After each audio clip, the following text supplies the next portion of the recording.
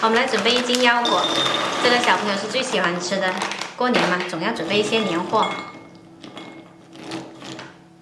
用清水浸泡10分钟，泡好了捞出来沥去水分。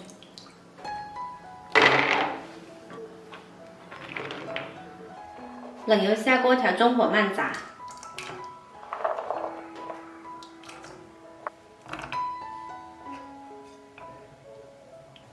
腰果放下去后呢，要不停的搅动，让它们受热均匀。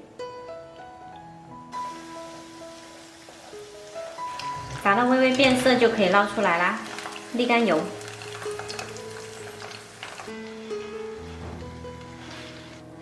放着备用。放凉了之后，这个腰果就会变得很酥脆了。接着我们来熬糖浆，准备1碗清水，1碗白糖，调中小火熬化。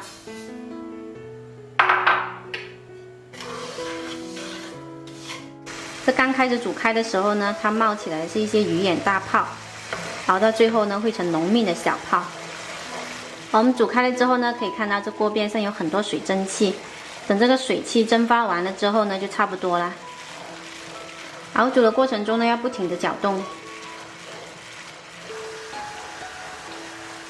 熬到最后呢，成这样子浓密的小泡，这面上已经完全没有水汽了。再熬2分钟就可以关火。好了，关火，把腰果倒进来，快速翻炒。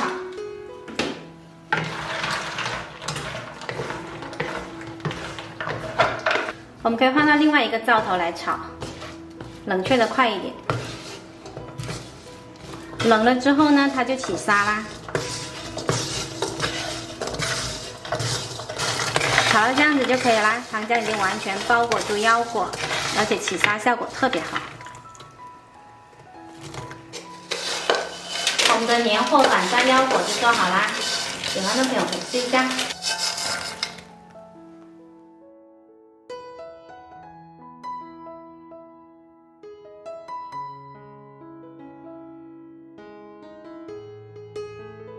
我是小坏，喜欢我的视频记得关注我哦。